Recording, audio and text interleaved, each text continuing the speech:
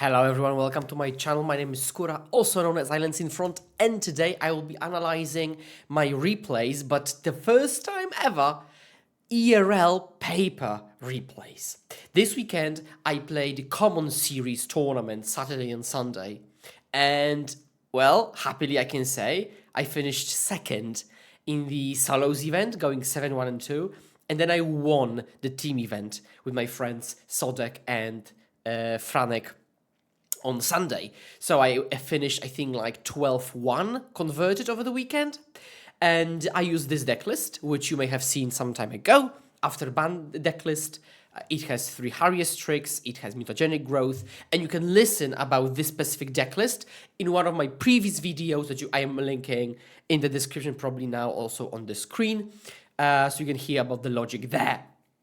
I also wrote a cheat sheet for this specific deck list, which I also used throughout the event. Now, I want to show you a specific game I played, which is a game against Giant Wildfire. So Giant Wildfire, for a lot of people, is pretty difficult because they play Mass Removal, Pyroblast, Snuff Out potentially, they ramp, they have Chrysalis and Familiar. How can you win? And I think this game is particularly interesting and like back and forthy, so I want to take a look at this. So I will be skipping through. It's at 1.5 speed, by the way, and I'll just be skipping through this. We'll be looking at it from my perspective, of course.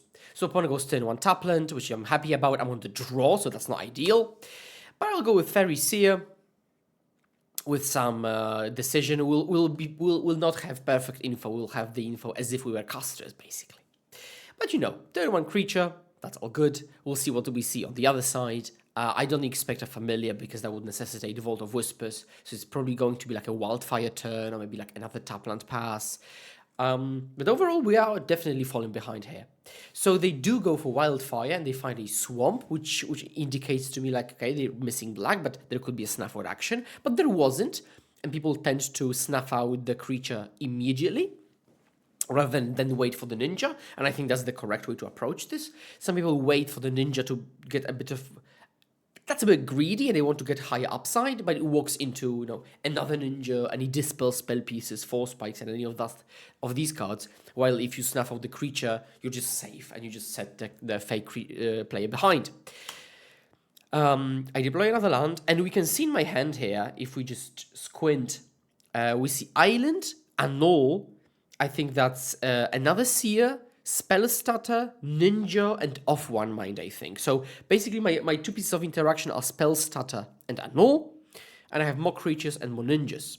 So right now I go into combat, I ninja my Fae back, deal damage and draw, and I will see if I want to redeploy my Fae or hold up Annul now. Funny situation again, that's paper, but I said I was switching out, deal damage, opponent said, yeah, sure, and then I realized, wait, they haven't even drawn from Wildfire, and I just told them, if you draw Snuff Out, we'll think how to deal with this situation, and they draw, and they say, yeah, no worries. So we do continue, and then I pass back, holding up the Annul. So the issue with deploying Fairy Seer isn't just that I want to have Annul, it's also that I don't really want to give them a really good breath weapon. So they start with Duress, which punishes me heavily for that because it means I will have this turn unproductive, right? But that's too bad. And I reveal land, as I said, land, Annul, double Seer, Spell Stutter, Off One Mind, and Ninja. So I have my lands lined up. I will happily still draw like a couple of lands off the top. But from my perspective, I really hope they don't add anything to the battlefield. They take Off One Mind, which suggests to me that they are afraid of long game. They don't want me to get up on the resources. And I, of course, leave the hand open for the opponent to make it kind of clean. They also play another Wildfire. There was a small cut in the video, but they played another Wildfire, jumping up on mana considerably, which is very annoying for me because if I want to go, like the classic gameplay is play a creature, hold up interaction, play another creature, hold up interaction. So I'm constantly getting ahead while interacting. That's in the name of efficiency, right? Constantly progressing the plan while thwarting the opponents. But now they can double spell. So I can either hold up double interaction or I can't answer everything, which puts me in a bit of a pickle. So let's see how this game develops. So right now the advantage bar, I think, is kind of like middle-ish, because I'm technically ahead, but opponent's potential to be ahead is much greater, I think. And they even pyroblast my ninja main phase. So right now, from this position, let's look at this right now. Life totals don't really matter. They've got 5 lands and like a couple of cards in hand. And I've got nothing on the battlefield. And I have an unreliable spell starter that's not really an answer. So really bad position from me here. So let's see how I progress this game, because, you know, I could just concede, right? But let's play this out. Let's play this out. So I play Fariseer. I took a look at two cards. I see Spell Stutter and Dispel. So again, another key decision point. You can pause and think about what you would do. And what I do is I keep one card on top. Can you guess which one? That's Dispel. Because Dispel is just no questions asked. Counter a draw spell, counter breath weapon. Spell Stutter is way too unreliable. I'm thinking what to do. I'm thinking about deploying another Fariseer, but my decision is to wait with redeploying creatures until I've drawn my Dispel. Now again, fast forward a little bit, because of, again, some production cuts, but they played Vault of Whispers, they played Familiar, which I immediately annulled, of course, and then they play Eviscerator's Insight off of that land, which I can't really... The draw step, Fanatical Offering. So they do load up on cards right now. They get the map.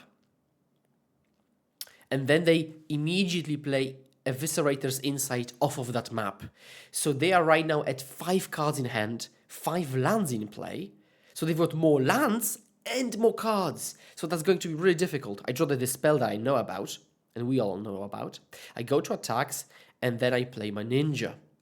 I hope to spike a land off the top, which then would allow me to play land, Seer, hold up Dispel.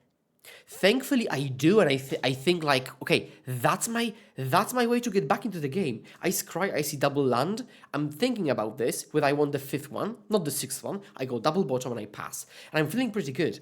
The other card you don't know about here is Bind the Monster. So my hand is Spell Starter, Seer, Bind, Dispel. So I'm like, easy. Chrysalis, I've got the Bind. Breath Weapon, I've got the Dispel. So right now, I'm 1-0 in the match, and I'm thinking to myself, easy peasy, amigo. Let's get this done.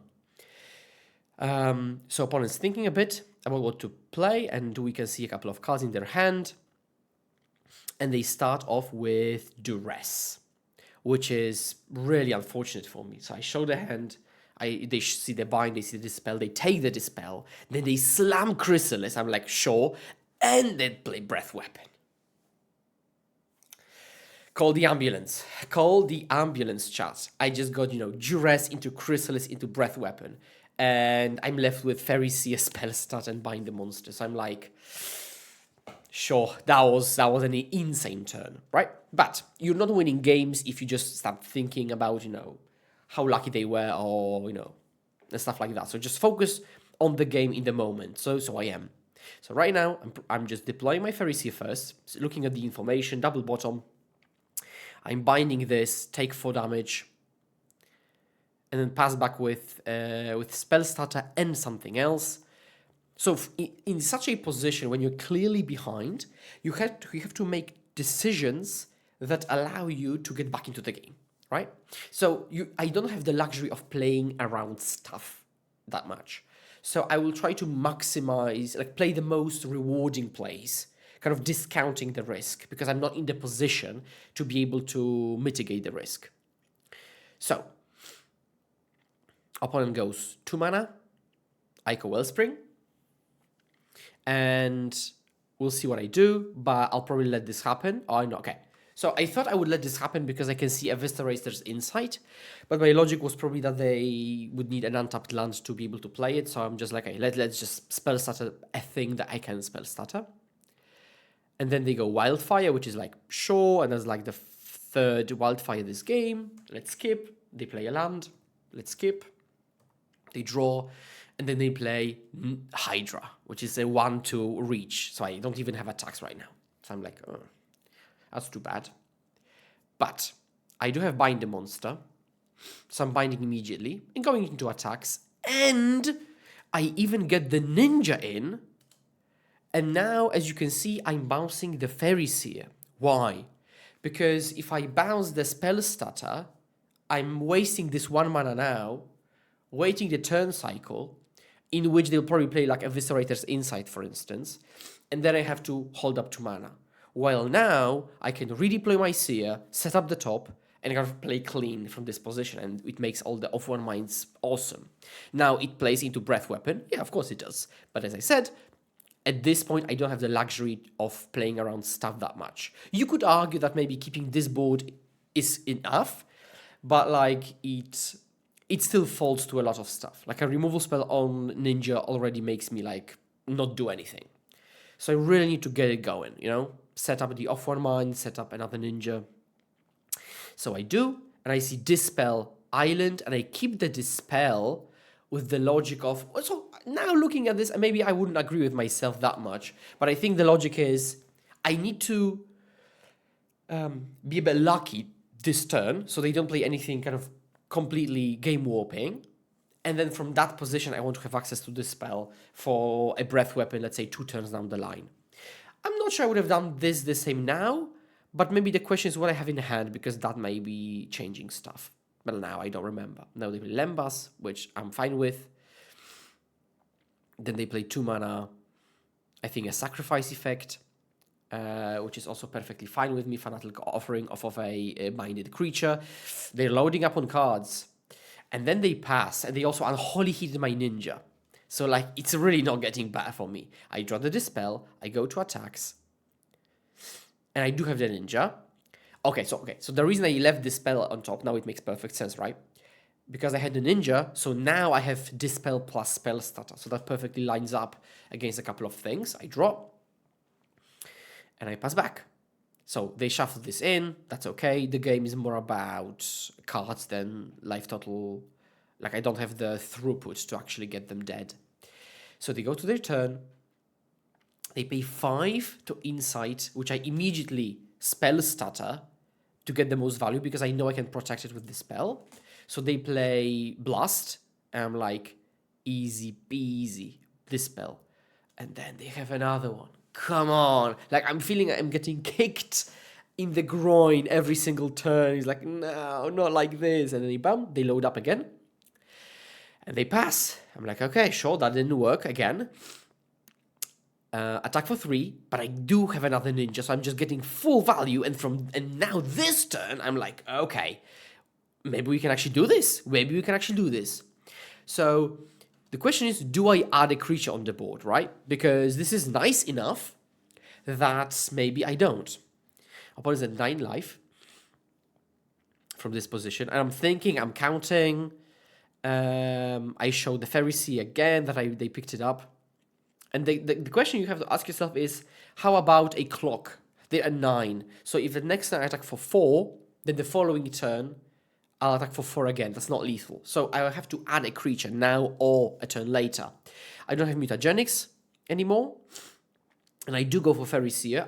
I do believe I have some way of countering a potential sweeper, because I'm not sure I would have done this, especially as I can add Pharisee later. They play another Wildfire, which I'm fine with, because again, it's a card that doesn't really change anything meaningfully. So they do this. Now, I have still played 0 cards Counterspell, which is also kind of funny. They line up the lands. They cycle the Tri-land, which again is great for me. I'm just waiting for something relevant. Then they cast down this. I play Spell Stutter. And I'm like, oh, come on. Okay, I already felt the win. I was like, okay, we're still fighting. Taking the draw, praying to the gods, and pray I get. Bam, bam, bam, 4 damage. Down to 5. So now if I want this lethal, I need to add a creature right now. So I suppose I do. And I do. And I'm just, as you can see, I'm just keeping fingers crossed, just kind of funny ERL situation. I'm like, please don't have Breath Weapon. But they don't slam it, but they don't concede either. So I'm like, ooh. So they go inside from the land. I'm like, sure. Actually, I don't think I have anything actually in this point. No like interactions. I'm like, oh, let's see what happens. 2 mana, Wellspring. Let's go, let's go, let's go, let's go. And then I get that win. Which was key because then I went to 5-0 double ID into the top 8. So I think the biggest takeaway for me is you can also rewatch this, by the way. But you have to turn on like subtitles and like maybe auto translation, because you can hear actually me talk. It has the hot mic on players, no casters though. It's like, don't concede too early. Kind of play to your strengths, assess the risk and opportunity, because sometimes you have to take more risks because you're really behind. And it was an insane game to win, especially in that moment where I felt like, especially just like that Duress Crystal's breath weapon turn, I was like, nah, come on. Or like, no, spells like Dispel, they had like double Pyroblast. But there you have it. So again, this is the list, which you will find again in the description below. You can find the guide also in the description below, the in and out cheat sheet. And yeah, it was awesome to play the deck in paper. And as always, please remember to hold my hand and let's pass the turn together. And I will see you next time. Cheers. Boom.